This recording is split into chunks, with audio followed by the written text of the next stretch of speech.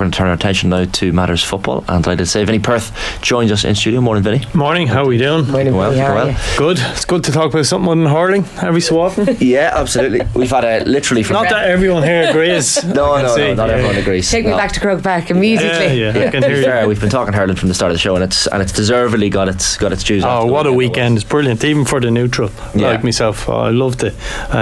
It's just brilliant to watch. Yeah, I love the build up. Even as a man, I'm looking forward to this weekend as well. I know you're a Dub, so you'll disagree, but Lee Carsley, future Irish manager, the way he's going, he's after clinching an extraordinary win for England over Spain with that 96th minute penalty as well, just drama. Yeah, no, it's an interesting one, because as soon as England won, I said that will be the sort of hype train will start, which is a little bit unfair on Stephen Kenny, I would say to you, because look, Lee Carsley's obviously done a really good job. They've won the tournament and they haven't conceded a goal, I don't think, and it was excellent from them, and I watched a couple of the games and it was really good, but he's dealing with probably the most talented under-21 squad in the world, and it's just another tick in the box of his career and his development. And we always look at stuff with green tinted glasses here when it comes to football, but what I will say about it is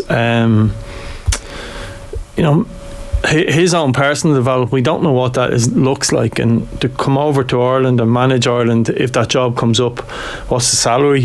What salary can he get in the UK? What's his own development? He'd probably earn more money in a championship club, for argument's sake. So it's a long way down the road. Less pressure if he gets to take a championship. Yeah, and the Irish job has to be. You look at the players. You look at the players he's dealing with. I mean, Harvey Elliott and Curtis Jones, two household names for many Liverpool fans. I think they play week in, week out for Ireland, or when we got together. So look, he's done a really good job. Anthony Gordon was their main centre forward, or played up front for them, so tactically he got some stuff right as well that worked. But they've got some extremely talented players in that group, and he's done what was probably expected. Like, not winning the tournament would have been deemed as failure, and you compare their 21s to the Irish 21s, and chalk and cheese. Yeah, completely. I don't know if we've been talking about to you since the couple of Irish transfers, Premier League transfers were completed in the last week or so. Nathan Collins, of course, to Brentford, and Chidozie Ogbenya to Luton Town. The Ogbenya one in particular came as a bit of a surprise. I didn't maybe expect that he'd get a Premier League switch, although we all probably in this country feel he's worthy of it. But two good moves. Yeah, two really good moves. I think Chidozie one's interesting because you'd imagine Luton won't have a lot of the ball at different stages as they go up to the Premiership, and I think his sort of pace and his ability to play in a couple of positions mean he'll be one that'll be fascinating for us to watch from an Irish perspective in terms of his counter-attacking play, whether he plays as a wing-back or he can play up front on his own at different stages for Luton. So that will be a really interesting one. It's a brilliant opportunity for him to sort of one good season, no matter how Luton do, would really put him in a good place. And he was a free agent as well, so he's been really clever and picked a really good move for himself. So I'm really excited to see how that one works out. Again, use the language around the Irish team, green tinted glasses. We think really highly of these players, but in England they've seen them week in, week out, and it's such a hard, like, to be a Premiership footballer now, you've got to be an exceptional footballer. I don't think that was always the case. Like, to be involved in any of the squads in the top six now, you're not far off world class, whatever that word means.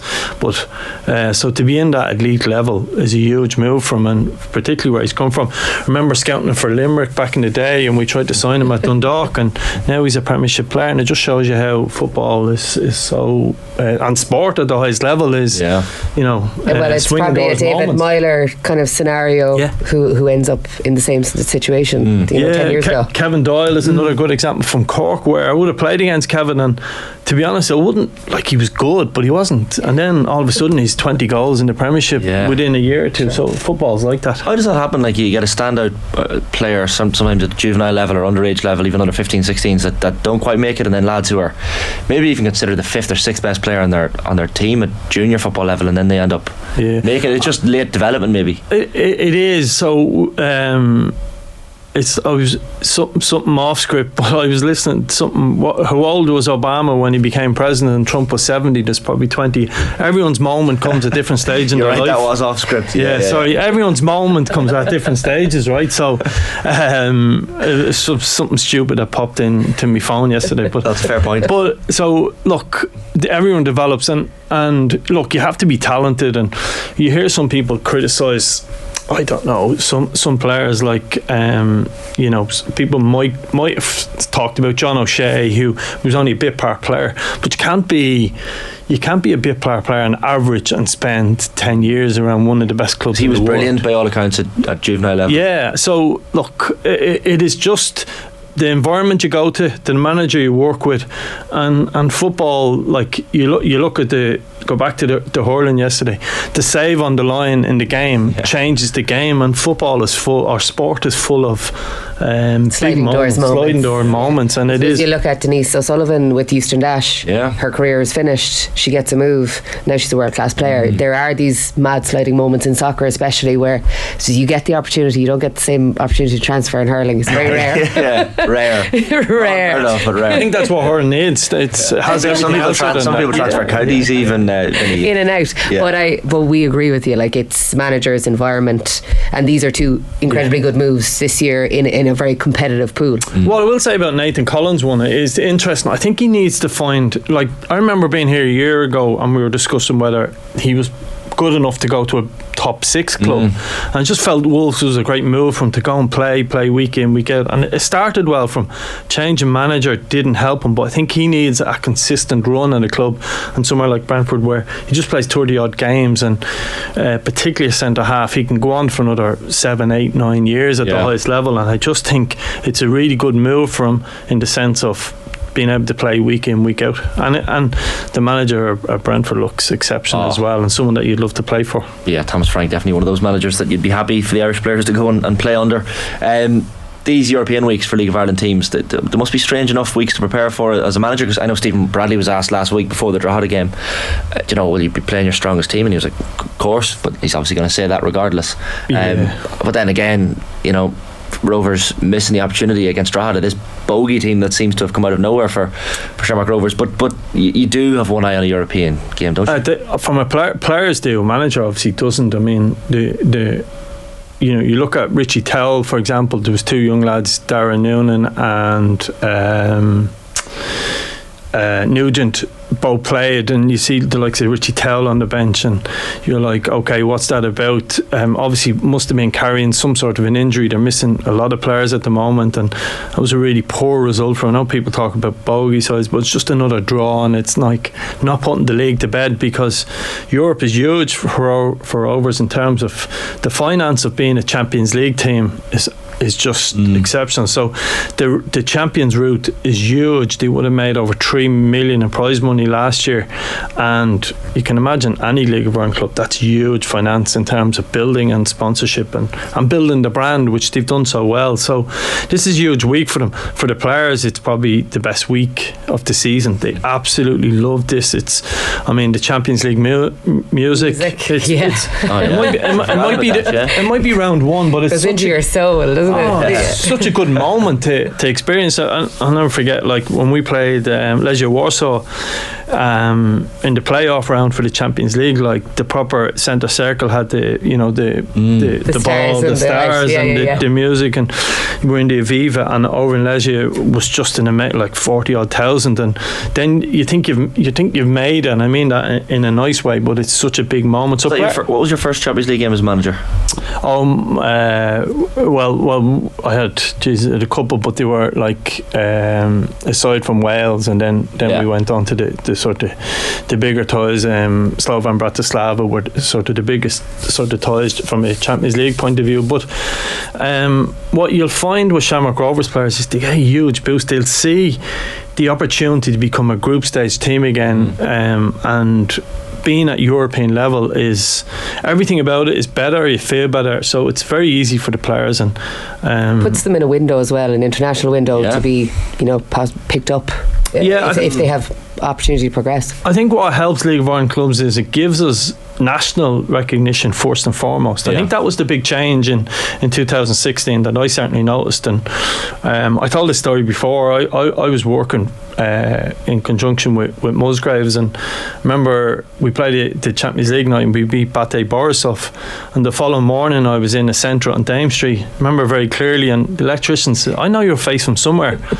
And it was he came off his break and he had the back of a newspaper and it was a picture of me and Stephen Kenny hugging each other. I was like, so it gives you that, but it gives that's a stupid story of me, but it gives these players sort of national recognition. So League of Ireland players are obviously fighting is the wrong word, but we're competing for space. With you look at the amazing weekend that the hurling has just had, and we'll have flash in the pan. We're gone now. You're actually starting to make it easy for us. To be fair to the hurling, they're starting to make it easy because they disappear for so long, and like Jack Bourne is becoming a star, and then you look at Clifford. I don't think I've seen him play live this year. David Clifford, or sorry, not live, even on TV. I'm not sure I have. A lot of Kerry games in GA. Yeah, so this is our opportunity from a soccer point of view with the European stuff to go and sort of build our own brand, and it is amazing that the amount of people on the street that follow League of Ireland more when European stuff, so the casual football fan will certainly have a huge interest in these results. And big week for Rovers, probably one of they played an Icelandic side who will make it difficult for them, and it's huge getting through, because said it before, when you're in the Champions route, you've got 3 competitions: Champions League, Europa League and Conference. And once you, as a champion, once you lose in the Champions League, you go into the next round of Europa League, and when you lose that, you go into the next round of Conference. So it's set up to look after clubs like Shamrock Rovers to hopefully have another group stage in them, and I think winning the first game is crucial. It's probably worth over £1 million easily in terms of prize money this game, so it's a huge moment for the club and for the league. And we've got some good draws this year. We play teams from the Faroe Islands, from Gibraltar and from Luxembourg for the other 3 clubs, all winnable ties, and I really hope that we can get 4 wins this year, and I think we're starting to get closer to that, and we're getting closer to a second team in the group stage of the conference, and we've got good coaches now who know how to coach at European level, and I think that's important, and as I said, it gives us that recognition that we need. Is there any concern, and I know this is not Shamrock Rovers' fault as such, but I was down at Roadstone, the Shamrock Rovers Academy there last week, chatting with Gavin Bazunu, and I was so impressed with the facilities, really good facilities out there. And saying they get £1 million prize money for getting to a group stages or whatever, is there a concern that the gap between Rovers and the rest only gets bigger because of their development? As I say, look, it's not their fault, and they're not to blame for progressing in Europe, and it's a brilliant thing for Irish football, but could the gap between Rovers and the rest get bigger? I take all that with a pinch of salt. I mean, when Dundalk done so well in 2016, everyone said that was it for years, and they won over 6 million, and football sport is so, you get things happen at different moments. I mean, where did the money go? Well, that's a big question that a lot of people have tried to answer, and no one has actually answered because they don't know the facts, but that's a bigger story. So we'll move that one on. One day we maybe I should write a book instead of other people, but look, what I'll say to you is these things happen. Like in hurling, Limerick are the best team, and they're going to go on and dominate for the next few years, and just something will happen where comes in cycles. You get and not having to play centre back, and all little moments where we were going to split the Dubs in 2 not that long ago, and then people telling me Dubs won't win for another few years. Look, Rovers is still ahead of everyone else. The finance is huge, but we've got clubs like Derry City now who are got good finance, an owner who's willing to put money in. Their European run is crucial. I think Pats, if they get through the next round, their run is crucial. So everyone looks like they can make some money, and to be fair, what Rovers have done this year in the league is they've lost 4 and drawn 8 out of 22, 23 games. They're not that far ahead of everybody, so no, that's not a concern of mine. That's just, I think that's I don't buy that. Vinny, speaking with my Cork hat on, would the Cork City job ever be attractive to you? Yeah, it would. It's one of the best jobs in the country. So yes, absolutely. Are you saying that sarcastically or not? No, it is one of the best football jobs in the country. What I like about Cork is you talk about how do you catch Shamrock Rovers as a league. Well, you get a good Cork side and you get 6,000 people into your ground every week and you get a good owner, and Cork will push Shamrock Rovers with the right manager, with the right structure and the right owner, and I think they're getting closer to that. So absolutely, Cork's a brilliant job for somebody to get a hold of, and I know they've brought Liam Buckley in as a director of football, and they've won some games recently. Got to stay in the league first this year, because finishing second bottom is a playoff, and Waterford are waiting in the long grass in second for whoever finishes there. So they've got to stay in the league, but Cork should be a top 2 or 3 team in League of Ireland terms. Absolutely. Sticking on with Cork. Thanks for that awkward question. I appreciate it. You had to think about it, but no, to be fair, Cork City fans leaving Richmond Park on Friday night would have been absolutely delighted to get the draw, because I think Pats will be sickened that they didn't close the gap on Rovers to 2 points. Rory Keating getting that last minute equaliser for Cork, probably stunning the Pats fans, because it didn't feel like a game that Cork were going to get anything from. No, I watched a good bit of that game yesterday, in terms just from a scouting point of view, and what I like about Cork is they've got stuff to fix. There's a reason why they're second bottom in the league and things haven't gone that well at different stages, but what they have is they've got goal scorers, and Rory Keating, when you give him a chance, will score. He's not the only one, so once you've got someone who's going to score your goals, they'll give you a real opportunity. So they've got to get a little bit more consistency in terms of, they had a run of good games. What's not helping them is, we all thought Drogheda would struggle a little bit more, and they've had a really good season. They just need to get ahead of Drogheda psychologically, and then I think they can probably kick on. So what's important for Cork is, we sort of know that, how do I say this? They're an average enough team at the moment. So where's their biggest advantage? From most teams, have to travel a fair way down to Cork and get the shed full, get everyone behind them, and just keep that club in the Premier Division for next season.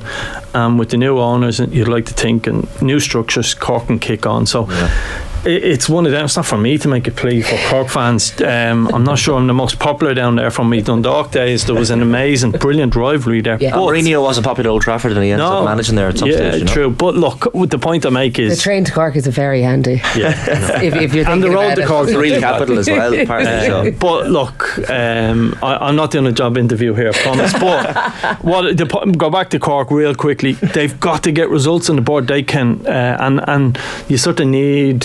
It's such an intimidating place to go to Turner's Cross, and that can be worth 4-6 points to them over the next while, and they probably need that, I would say. A 5-goal thriller at Dalymount Park. Bows 3, Dundalk 2 on Friday night as well. 2 goals in 2 minutes from John O'Sullivan and Jonathan Afalabi, someone we've spoken about before in the show, but big boost for Bohemians and their European chances for next season. I think they needed that win. They've got to now back it up while the other clubs are in Europe, the other 4 that are around them. They've got to get some wins now.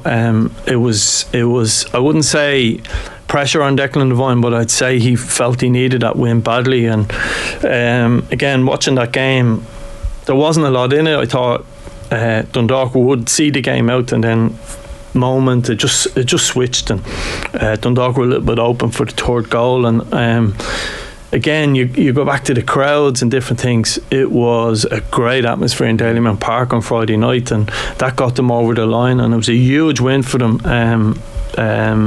They've had a difficult couple of weeks, and to bounce back was huge for them. And you look at momentum Dundalk had going into that game, and then it just stops and it hits a block, and that's sort of 20 minutes. And but a couple of big players stood up for McManus in particular. Has been excellent for Bows of late, so really big a moment for them. And as I said, they've got a couple of games in hand now. The others are going to be hopefully winning games in Europe, and just tick away those 3 points and just get themselves moving up. The other 2 games we didn't get to touch on, Derry City 2, Sligo Rovers 1, and UCD 0, Shells 4. I think just to make a point on Derry, I think that goal, Will Patching penalty, is huge. I think Derry now, because they had McElhenney, Patching, Duffy back on the pitch, Dummigan and Conley, who've all missed that goal from Patching, that winning goal the other night, is a huge moment. They're right in this title race if Rovers continue to drop points.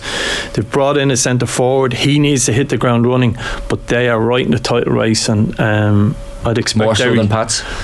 It feels that way to me, but Pats have surprised everybody in the results. But I would say Rovers will fear probably Derry more than Pats. Doesn't mean that it'll finish that way. So I think that was a huge moment in the league in terms of still expect Rovers to win, as I've always said. But Derry, Patching's goal was huge for them in terms of confidence going into Europe, getting players back fit. And I know it's been a difficult time for everyone up there in terms of there's the situation with Rory's family, Higgins' family, so hopefully they have a good run over the European campaign. Absolutely. Vinny, great stuff as always. You can leave the CV with Sarah. She'll bring it down to Cork for you there. She's had to throw me under the bus there. Yeah. We'd love to have you. Yeah, well, there you go. Come and get me, play, or call out play. Dublin, Cork. I'm not sure how that works. You heard of it? Yeah, unbelievable.